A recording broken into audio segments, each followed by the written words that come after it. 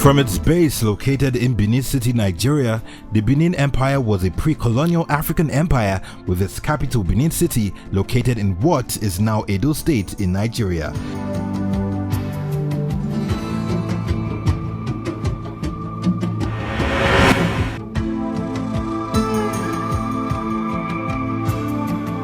History traces the Benin people to have a similar ancestry with the Yoruba people through their famous ancestor Oduduwa. However, the ancient kingdom of Benin began sometime around AD 900 and it was one of the oldest and most highly developed states in the coastal hinterland. The first European travelers to reach Benin were the Portuguese explorers in the year 1485. Because of Benin's military strength, the Portuguese missionaries were unable to enslave its people upon their arrival. Instead, they developed a strong trading relationship developed with the Benin people, trading tropical products such as ivory, pepper, and palm oil with the Portuguese for European goods such as mandilla and guns.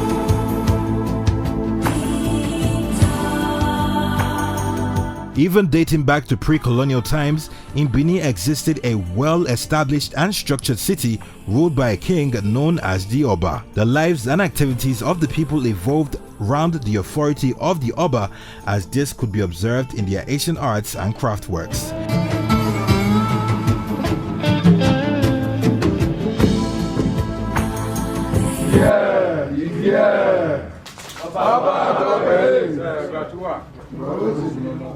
The Benin Empire was known for its many works of art, including religious objects, masks, animal heads, figurines, and plaques. These artworks are typically made from bronze, brass, clay, ivory, terracotta, or wood.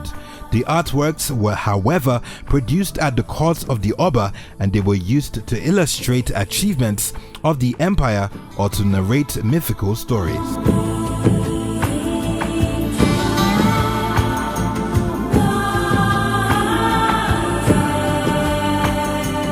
From the 14th century till the 19th century, the Kingdom of Benin exhibited great power and influence to even other neighboring communities and kingdoms. It was an important center of the culture of this part of Africa.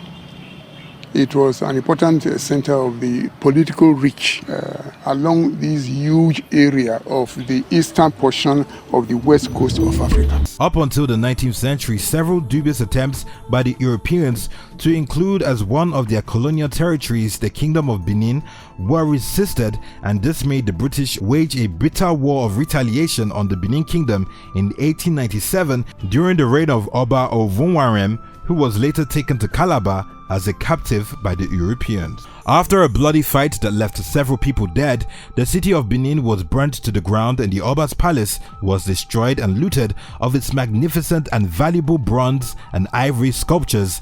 Then the British took control of the kingdom. Over 3,000 bronze casts and artworks were seized. Ironically, they are now held in museums around the world, most especially in Germany, the USA, and Britain.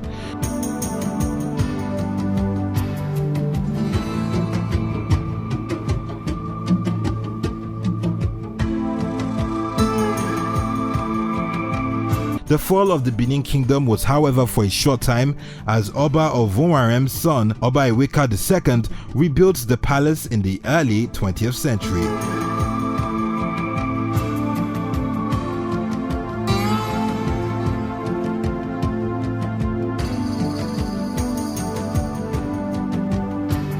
The Benin culture is still famous for its bronze casting.